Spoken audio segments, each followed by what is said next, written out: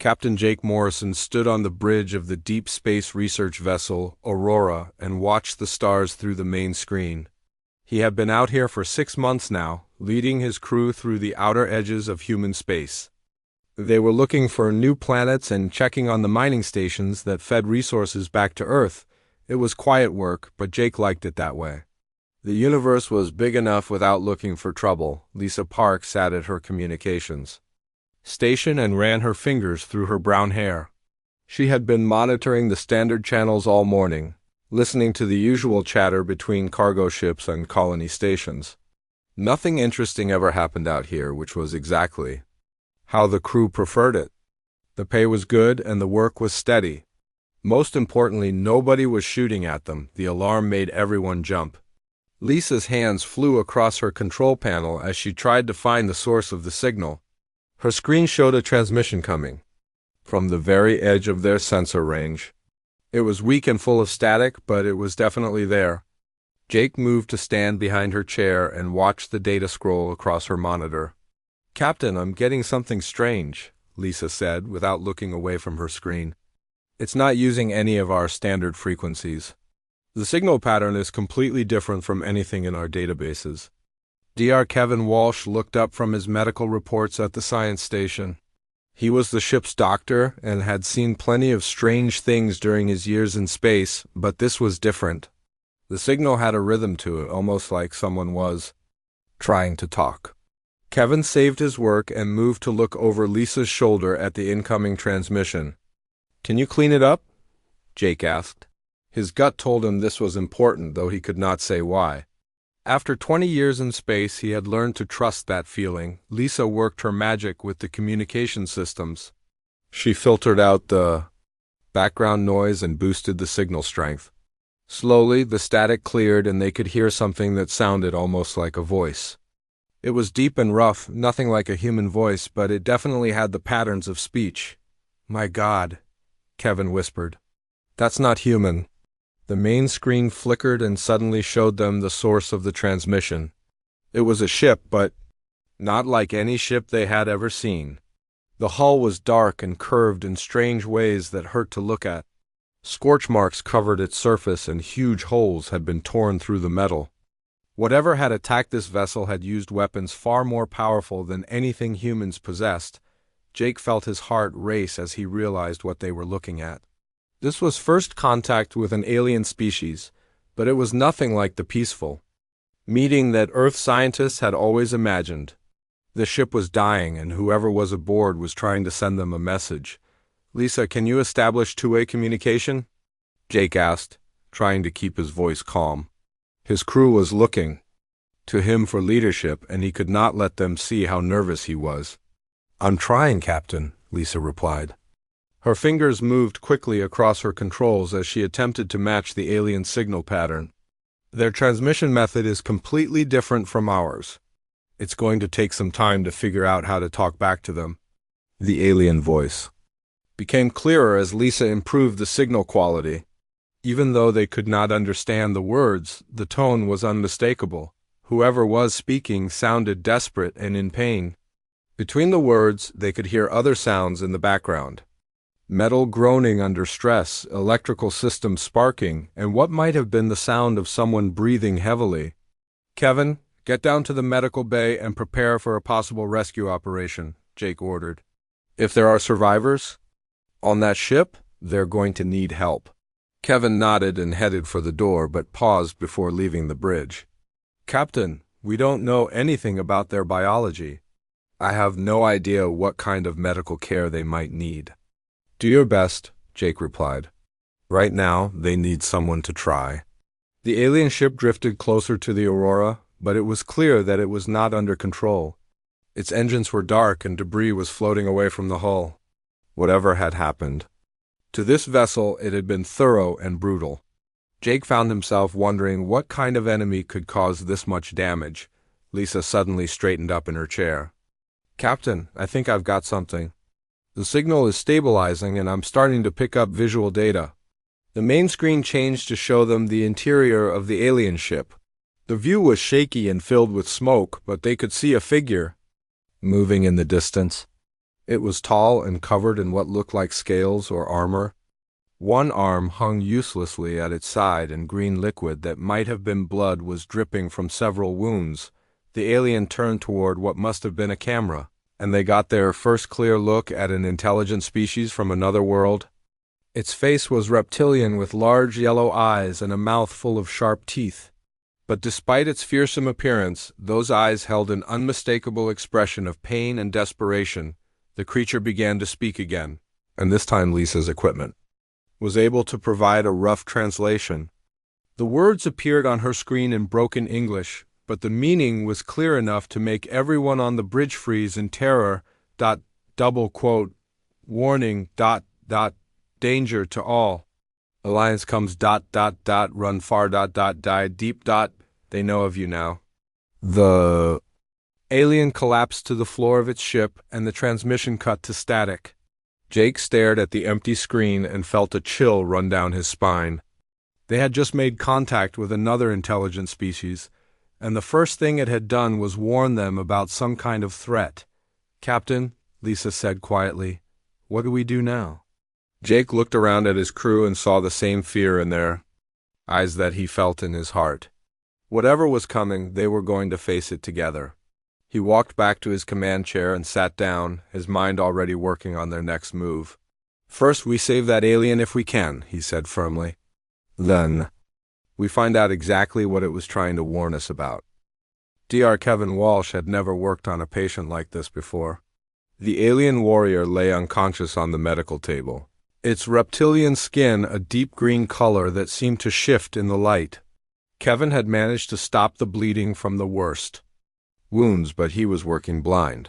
He had no idea what this creature's normal body temperature should be, or how its organs functioned. The warrior was bigger than any human, nearly 7 feet tall with thick muscles under its scaled hide. Scars covered its body, old ones that had healed long ago. This was clearly someone who had seen many battles before today. Kevin wondered what kind of war this being had been fighting and why it had come to warn humanity. Lieutenant Commander Amy Davis worked at the computer terminal in the corner of the medical bay. She had been trying to decode the alien ship's database for the past 4 hours. The data was stored in a format completely unlike anything human computers used, but Amy was one of the best code breakers in the fleet. If anyone could crack this alien system, it was her. "Doctor, his vital signs are getting stronger," reported Nurse Jenny Adams as she checked the monitors Kevin had attached to their patient. "Whatever you gave him seems to be working." Kevin nodded but kept his attention on the scan results displayed on his screen. The alien's internal structure was similar enough to human anatomy that he could guess at the function of major organs. The heart was larger and seemed to have 4 chambers instead of the human 2. The lungs were different too, with extra air sacs that probably made this species much more efficient at processing oxygen. "I think he's going to make it," Kevin said, wiping sweat from his forehead. "But I have no idea how long it will take for him to wake up." Amy looked up from her work at the computer. "I'm starting to make progress with their data storage system. It's incredibly sophisticated, much more advanced than our technology. But the interesting thing is that it contains information about dozens of different alien species." Kevin moved to look over Amy's shoulder at the alien text scrolling across her screen. The symbols meant nothing to him, but Amy had managed to get the translation program working well enough to provide rough meanings for most of the words. "What kind of information?" Kevin asked. "Military data, mostly," Amy replied. "Ship designs, weapon specifications, tactical reports, and there are detailed files about something called the Galactic Preservation Council. From what I can understand, it's some kind of alliance between multiple alien civilizations." The door to the medical bay opened and Captain Jake Morrison entered with communications Officer Lisa Park. They had been working on the bridge to analyze the warning message the alien had sent. Lisa carried a tablet computer that displayed her translation of the alien's words. "How is our guest doing?" Jake asked as he approached the medical table. "Stable, but still unconscious," Kevin replied.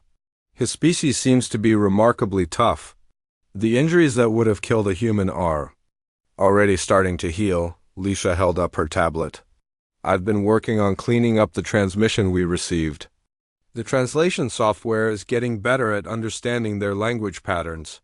The message was longer than we first thought." She activated a recording and the alien's voice filled the medical bay. The words were still rough and broken, but the meaning was much clearer than before. "Warning to the species called humans. Your actions have been observed and recorded. The Galactic Preservation Council has marked your civilization as a threat to galactic peace. An alliance of 47 worlds prepares to act against you. Your military tactics violate the ancient laws of war. You show no mercy to defeated enemies. You use forbidden weapons without regard for consequences. The Council believes you are too dangerous to be allowed to expand further into the galaxy." Jake felt his blood turn cold as he listened to the message. Humanity had been exploring space for less than a century. In all that time, they had encountered no signs of intelligent alien life. Now it seemed they had been watched and judged by dozens of species they never knew existed. "There's more," Lisa continued. The alien identified himself as Zexstar of the Valveron Empire. He says his people were part of this council until recently. Something changed their minds about humanity. Amy turned away from her computer screen. "Captain, I think I know what changed their minds. I found battle reports in the alien database. They describe several encounters between human ships and various alien forces over the past 10 years. That's impossible," Jake said. "We would have known about contact with alien species." "Not if our people didn't realize they were fighting aliens," Amy explained. "Look at this report." She brought up a file on her screen that showed a detailed analysis of a space battle near the colony world of New Boston. The report described how a single human destroyer had engaged 5 alien cruisers that were investigating the human settlement. According to the alien account, the human ship had fought with incredible ferocity and tactical skill. The aliens thought they were conducting a routine survey of an uninhabited system, Amy said. When they found human colonists there, they moved in to investigate. The human patrol ship interpreted their approach as hostile and attacked immediately. Kevin shook his head in disbelief. "Our people probably thought they were fighting pirates or raiders? The colonies on the frontier have had problems with attacks for years." "That's exactly what happened," Lisa agreed. The translation program shows that several alien species have been trying to make peaceful contact with human settlements. But our colonists and patrol ships have been treating them as hostile forces. Jake walked over to the window and stared out at the alien ship floating nearby. "So we've been fighting a war without knowing it. How many species have we made enemies of?" "According to this database, at least 12 different civilizations have had armed encounters with human forces," Amy replied. "But here's the strange part. In almost every case, the human ships were outnumbered and outgunned, yet they either won the battle or fought to a draw."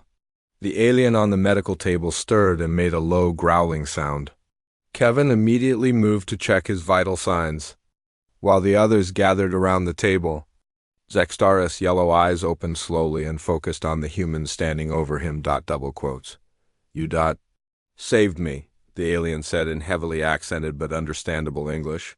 His voice was deep and rough like gravel, but the surprise in it was unmistakable. "We're trying to help," Kevin said gently. "You're safe now." Zexstar tried to sit up, but Kevin placed a firm hand on his shoulder. "Rest. You lost a lot of blood and your injuries are still healing." The alien warrior looked around the medical bay and then back at the humans. "Why do you help me?" "Your species and mine have been enemies. You came to warn us about something." Jake said, "We want to understand what kind of danger humanity is facing." Zexstar was quiet for a long moment. When he spoke again, his voice was filled with what sounded like regret. "My people believed the stories about humans. We thought you were savage killers who cared nothing for honor in battle.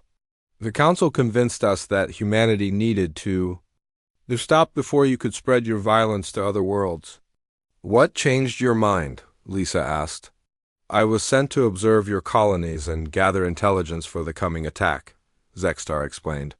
But what I found was not what the council had described. I saw humans risk their lives to save strangers. I watched your warriors fight to protect civilians even when they could have escaped. I learned that your people have honor, even if it is different from ours.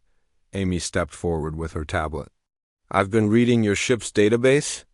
It says the Valveran Empire has withdrawn from the Galactic Preservation Council. Was that because of what you discovered about us? Zexstar nodded slowly. I sent my reports back to the Valveran High Command. When they learned the truth about humanity, they decided the Council was wrong. But the other 46 worlds still plan to attack. They are gathering their fleets even now. Jake felt the weight of responsibility settle on his shoulders. How long do we have? Not long, Zexstar replied. The attack will come within the next few months. They plan to strike all human colonies at the same time, then blockade your homeworld until you surrender. The medical bay fell silent as the humans absorbed this information. They were facing a war against nearly 50 alien civilizations, and Earth had no idea the threat even existed. Jake knew he had to get this information back to Earth Command as quickly as possible, but first, he needed to understand exactly what humanity was up against. Zexstar was strong enough to walk now, though he still moved carefully to avoid reopening his wounds. Dr. Kevin Walsh had done excellent work treating injuries that would have killed most humans, and the alien warrior was grateful. He stood in the Aurora's main conference room, looking at the star charts displayed on the large wall screen. The humans had asked him to explain the threat they were facing, and he was determined to make them understand how serious their situation had become. Captain Jake Morrison sat at the head of the conference table with his senior officers. Lieutenant Commander Amy Davis had her computer tablet ready to record everything Zexstar told them. Communications Officer Lisa Park was monitoring incoming signals to make sure no other ships were approaching their position. Dr. Kevin Walsh remained nearby, in case the alien warrior needed medical attention. The Galactic Preservation Council was formed over 3,000 years ago. Zexstar began, his deep voice filling the room. It started as a peace treaty between just 5 species who had nearly destroyed each other in a terrible war. Over time, more civilizations joined until it became the dominant power in this part of the galaxy. He gestured at the star chart, and the screen zoomed in on a section of space far from Earth. Hundreds of star systems were marked with different colored symbols, each representing a different alien species. Jake felt overwhelmed as he realized how vast the galactic community was compared to humanity's small corner of space. The Council's primary purpose is to prevent any one species from becoming too powerful, Zexstar continued. They monitor developing civilizations and intervene if they believe a species poses a threat to galactic stability. Usually this means economic sanctions or diplomatic pressure. But sometimes more direct action is required. You mean military action? Amy said, making notes on her tablet. Yes, Zexstar confirmed. The Council has destroyed 3 species over the past millennium. In each case, they claimed the species was too aggressive and dangerous to be allowed to survive. Kevin leaned forward in his chair. What made the Council decide that humanity was a threat?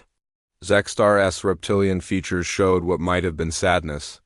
Your people have been expanding into space for less than 100 of your years, but in that time you have established colonies on over 50 worlds. This rapid expansion caught the Council's attention.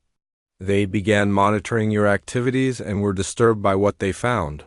The alien warrior touched a control on the table, and the star chart changed to show human space. Red markers appeared at dozens of locations, each representing a recorded encounter between human and alien forces. Jake was shocked to see how many there were. Earth Command had no records of these battles because they had all been reported as encounters with pirates or unknown raiders. Your military uses tactics that other species consider barbaric, Zexstar explained. When outnumbered, human ships often fight to the death rather than surrender. You use nuclear weapons and kinetic bombardments that cause massive destruction. Your soldiers show no mercy to defeated enemies and often execute prisoners rather than follow the traditional rules of war.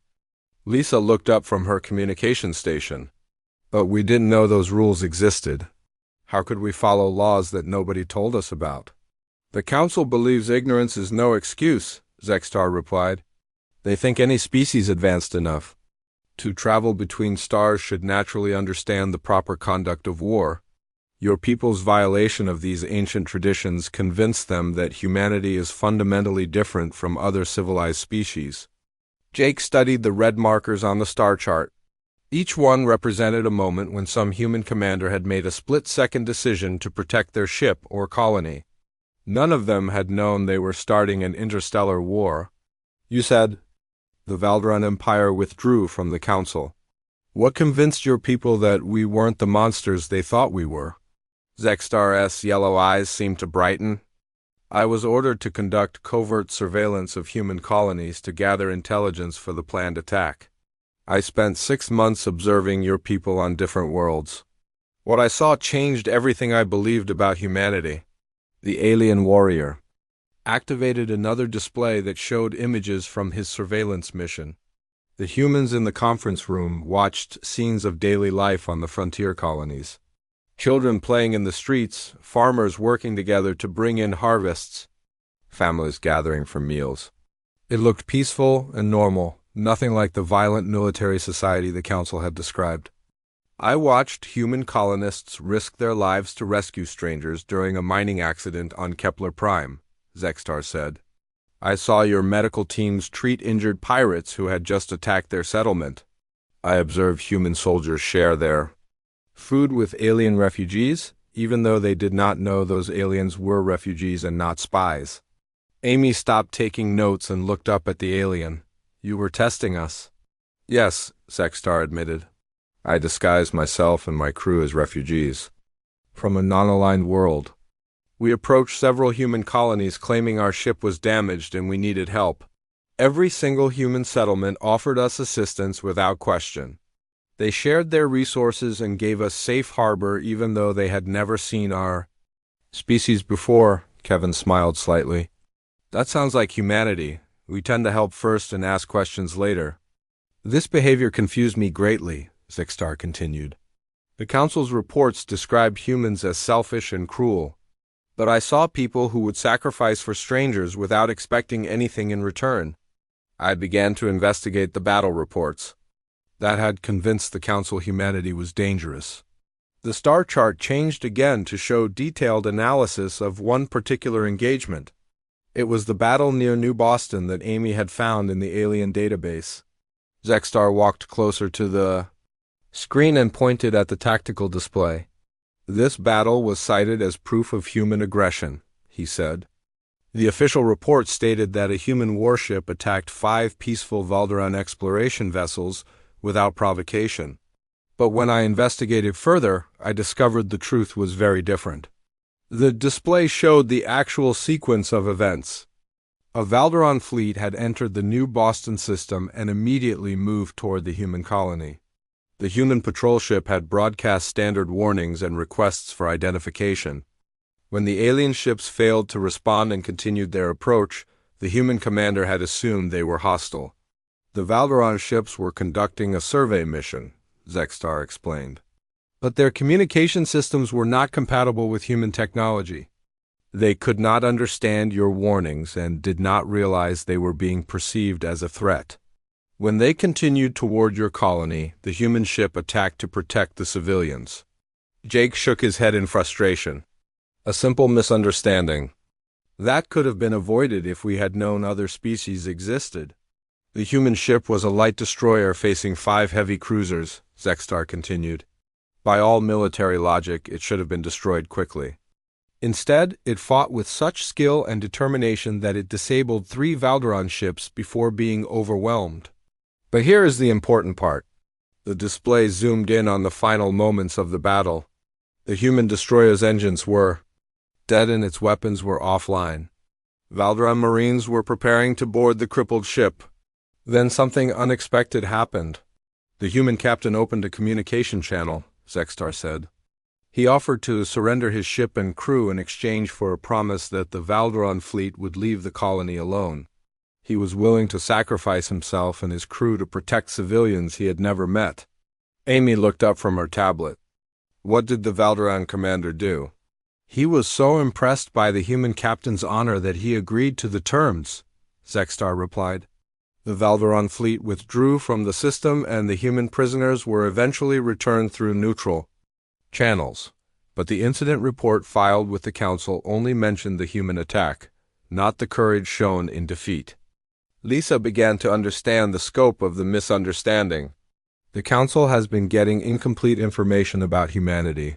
They only hear about our military actions, not our motivations. Exactly, Zexstar confirmed. After investigating dozens of similar incidents, I realized that every human atrocity reported to the Council was actually an act of defense or protection. Your people fight fiercely, but only to protect others. When I reported these findings to the Valderan High Command, they immediately voted to withdraw from the Council. Kevin stood and walked to the window overlooking the damaged alien ship.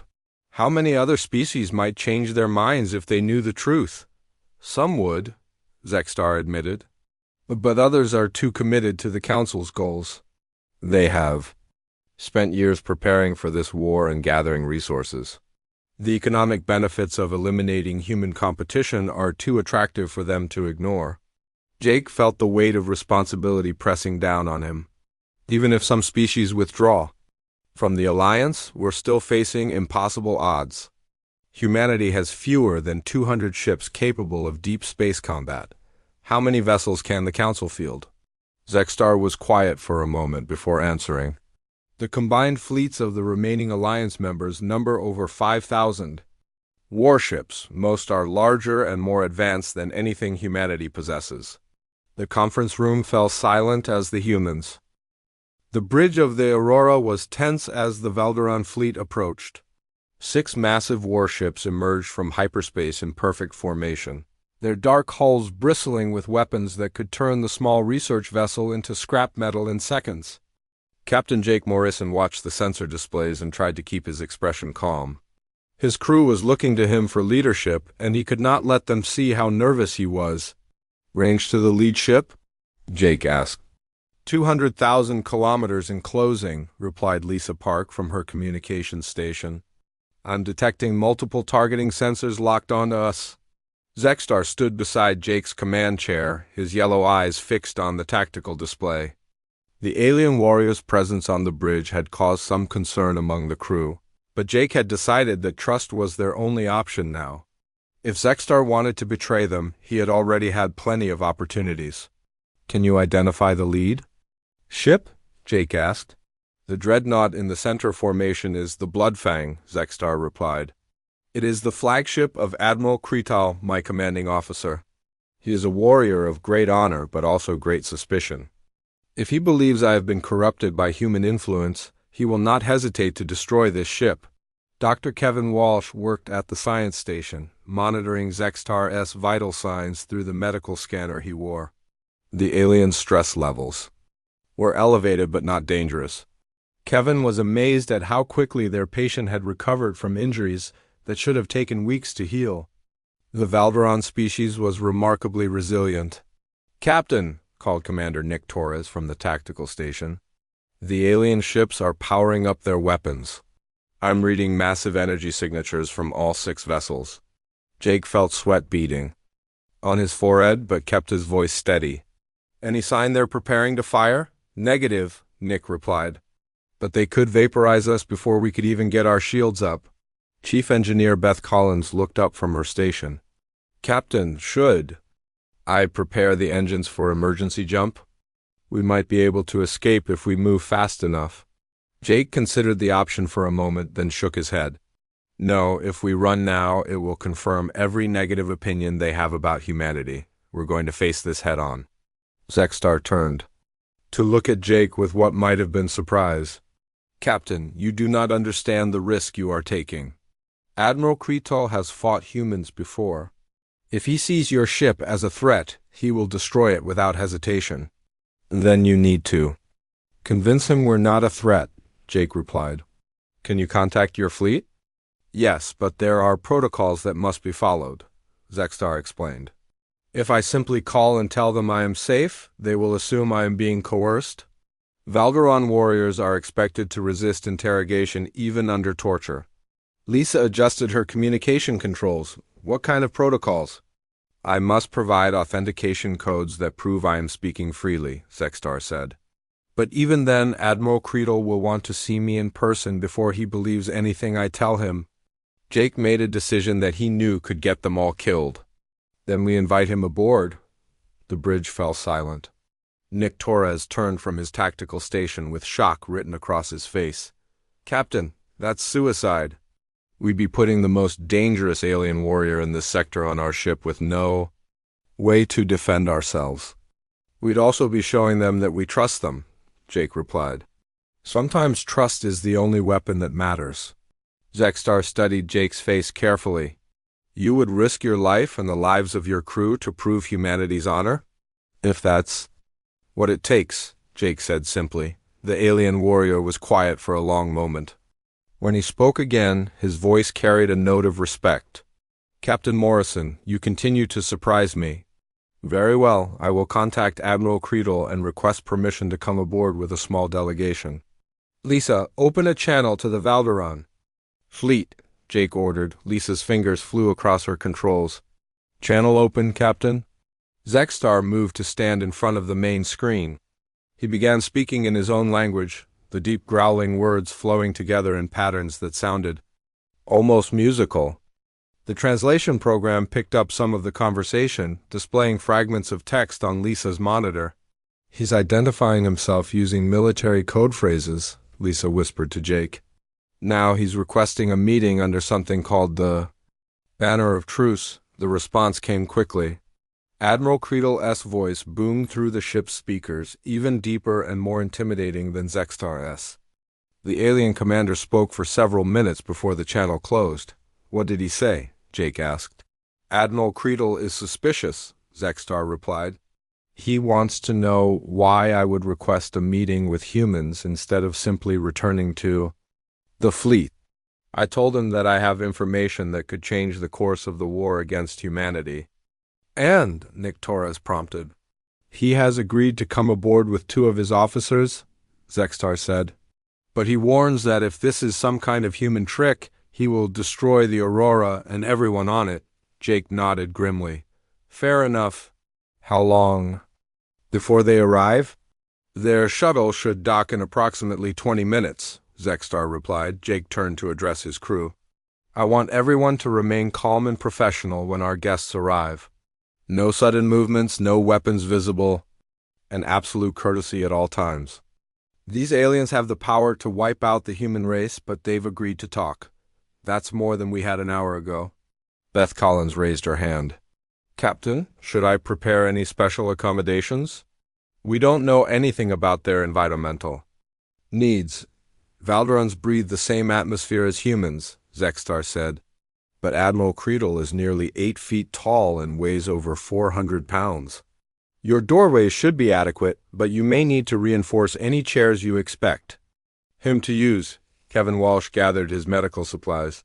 I'll be standing by in case there are any medical emergencies. Do Valderons have any known allergies or sensitivities? Admiral Creedle has been wounded in battle many times, Zexstar replied. He bears scars from weapons used by a dozen different species. I do not think your medical equipment could harm him even if you tried. The next 20 minutes passed slowly. Jake used the time to review everything they knew about Valderon culture and military customs. He wanted to avoid any accidental insults that might trigger a violent response. The stakes were too high for mistakes. Captain, I'm detecting the Valderon shuttle on approach, Lisa announced. They're requesting permission to dock. Granted, Jake replied. Route them to docking bay 2. The Aurora's docking bay was the largest space on the ship, but Jake still worried it might feel cramped to beings accustomed to massive warships. He positioned himself near the airlock with Zexstar beside him. The rest of his senior staff stood at attention nearby, trying to look welcoming rather than threatening. The airlock cycled open, and Jake got his first look at Admiral Creedle. The Valderon commander was even more imposing than Jake had expected. His scales were darker than Zextar's, almost black and covered with intricate scarring that spoke of countless battles. His eyes were the color of molten gold and seemed to miss nothing as he surveyed the human crew. Two other Valderons followed the admiral into the docking bay. They were smaller than their commander, but still larger than any human. Their hands rested casually near the weapons at their belts, ready to fight at the first sign of treachery. Admiral Kretel spoke to Zextar in their own language. The conversation was brief and formal. Then the admiral turned his attention to Jake Morrison. "I am Admiral Kretel of the Valderan Empire," he said in heavily accented English. "You are the human who claims to have saved the life of my warrior." "I am Captain Jake Morrison," Jake replied, trying to keep his voice steady. "Zextar was badly injured when we found him. My medical officer did what he could to help." "Admiral." Kretel studied Jake's face for what felt like an eternity. "Why would you help a warrior of a species you have never encountered before?" "Because he needed help," Jake said simply. "My people believe that all intelligent life has value." The admiral's expression did not change, but Jake thought he saw a flicker of interest in those golden eyes. "Zextar tells me that humanity has been misunderstood by the Galactic Preservation Council. He claims your people are not the savage killers we believe them to be." "Judge for yourself," Jake replied. "You're welcome to examine our ship's records and question my crew. We have nothing to hide." Admiral Kretel looked around the docking bay, taking in the clean corridors and the professional appearance of the human crew.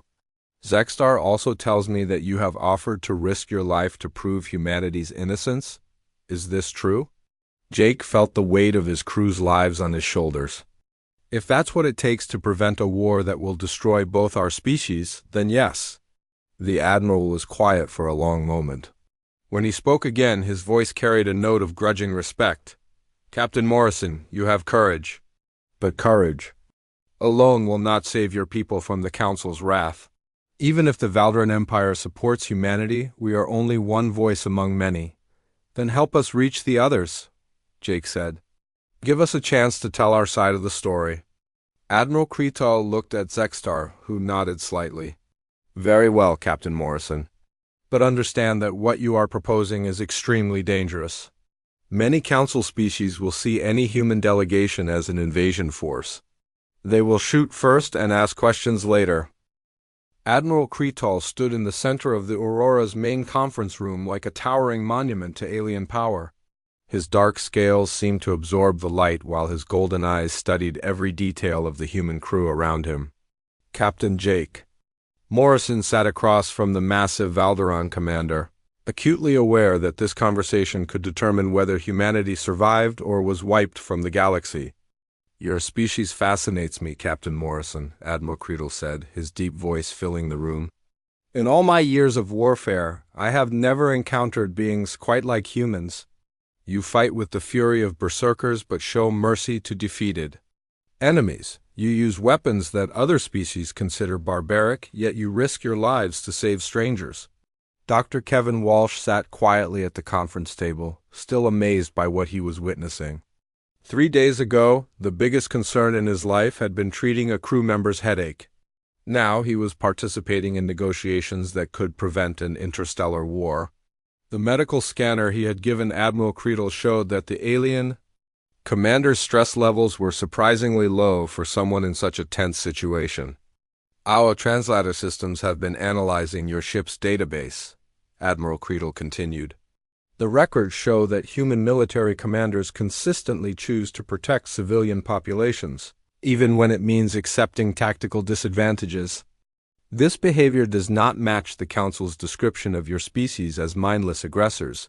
Lieutenant Commander Amy Davis looked up from her tablet where she had been recording the conversation. "Admiral, what would it take to convince the other Council members that they're wrong about humanity?" "That is the question, is it not?" Admiral Kretel replied. "Zextar has provided compelling evidence that the Council has misunderstood your people. But evidence alone will not be enough. The other species have invested too much in this war to abandon it based on words and data files." Communications Officer Lisa Park monitored the channels between the Aurora and the Valderan fleet. The alien ships remained in defensive formation around the human vessel, but their weapons were no longer actively targeting the research ship. It was a small sign of trust, but an important one. What do you suggest? Jake asked. Admiral Kretal leaned forward in his reinforced chair. There is a way to reach some of the council members, but it will require tremendous courage from your people. In 3 days, the council is holding a gathering on the neutral world of Nexer Prime. Representatives from all 47 member species will be present to finalize plans for the attack on humanity. Chief Engineer Beth Collins had been listening quietly, but now she spoke up. You want us to go to this meeting? Not all of you, Admiral Kretal clarified. A small delegation of humans, traveling under Valderon protection, could address the Council directly. It would be the first time in galactic history that a species marked for elimination was allowed to speak in their own defense. Zexstar, who had been silent during most of the conversation, finally spoke. Admiral, the Council will never agree to such a meeting. They will see it as a trap or a sign of weakness. Perhaps, Admiral Kretal agreed. But there are protocols for such things. If the Valderon Empire formally requests a hearing under the ancient laws of justice, the Council cannot refuse without violating their own founding principles. Jake felt his heart racing as he realized what the Admiral was proposing. You would stake your people's reputation on giving humanity a chance to defend itself? Zexstar has convinced me that the Council has been deceived about your true nature. Admiral Kretal replied. If we allow this injustice to continue, the Valderon Empire will be complicit in the destruction of an honorable species. That is not acceptable. Amy stopped taking notes and looked directly at the alien commander. What exactly would this hearing involve? You would be given 1 hour to present your case to the full council, Admiral Kretal explained. You could show evidence, play recordings, and answer questions from any council member who chose to participate. At the end of the hearing, each species would vote on whether to continue with the planned attack. Kevin leaned back in his chair, trying to process the enormity of what was being offered. How many votes would we need to stop the war? The Council requires a 2/3 majority to authorize military action against a developing species, Admiral Kretal said. If you can convince 16 species to change their votes, the attack will be cancelled. Lisa looked up from her communications station. What happens to the human delegation after the hearing? Admiral Kretal's expression grew serious. That would depend on the outcome of the vote. If the Council decides to proceed with the attack, the human delegates would likely be detained as prisoners of war. If the vote goes in your favor, you would be free to return to your people. Jake studied the faces of his crew and saw the same mix of fear and determination that he felt in his own heart. This was an enormous risk, but it might be humanity's only chance to avoid extinction. I'll go, Jake said simply. Captain, you can't, Nick Torres protested. The Aurora needs you here. The Aurora needs someone who can speak for all of humanity, Jake replied. That's my responsibility as the ranking officer in this first contact situation. Amy shook her head. Sir, with respect, you're not the best choice for this mission. You're a military officer. The Council already fears human military capabilities. They need to see our civilian side. Kevin suddenly understood what Amy was suggesting. You want to go yourself. I'm a xenospecialist and a diplomat, Amy said. I've studied alien cultures my entire career. If anyone can find common ground with the council members, it should be me. Admiral Kretal watched this exchange with obvious interest. Captain Morrison, how do you choose who will represent your species in this critical moment? Jake was quiet. For a moment, thinking about the decision that could affect billions of human lives. Amy's right. She has the best chance of connecting with alien minds, but she won't go alone. I'd volunteer to accompany her, Kevin said immediately. A doctor might help demonstrate humanity's commitment to preserving life rather than destroying it, and I will go as well, Zexstar added. My testimony about what I observed in human space could be valuable. Admiral Kretal nodded approvingly. A diplomat, a healer, and a warrior who has seen both sides of this conflict. It is a good combination. Lisa suddenly looked up from her station with alarm. Captain, I'm detecting multiple ships dropping out of hyperspace. They're not Valderon. Admiral. Kretel immediately stood and moved to look at the sensor readings. His expression grew grim as he studied the displays. Council scout ships, they have found us. Jake felt his stomach drop. How many? 12 vessels from at least 4 different species, Lisa replied. They're surrounding our position. Admiral Kretel activated his personal communicator and began speaking rapidly in Valderon. Jake could hear responses from the alien fleet commanders, their voices tense with anticipation. Admiral, what are their intentions? Jake asked. They claim to be conducting a routine patrol, Admiral Kretel replied. But the fact that they arrived in force suggests they have been monitoring our communications. They know about our proposed alliance with humanity. Zexstar moved to stand beside his commander. Admiral, if the Council ships attack, will the Valderon fleet defend the Aurora? Admiral Kretel looked directly at Jake Morrison. Captain, in the next few minutes you may see the first battle of a war that could consume the entire galaxy. How your people respond to this crisis will determine whether the Valderon Empire considers you worthy allies. The bridge alarm sounded and Nick Torres called out from the tactical station. Captain, the alien ships are powering weapons and moving into attack formation. Jake felt the weight of history pressing down on him. In the next few moments, his decisions would shape the future relationship between humanity and dozens of alien civilizations. He could order his ship to flee, leaving the Valderons to face the Council forces alone. He could prepare for battle, knowing that the Aurora stood no chance against such overwhelming odds. Or he could trust in the alliance that was forming between two species who had started as enemies. Admiral Kretel, Jake said firmly, the crew of the Aurora stands with the Valderon Empire. Whatever happens next, we face it together. The alien commander's golden eyes seemed to glow with approval. Captain Morrison, you have just proven that humanity deserves to survive.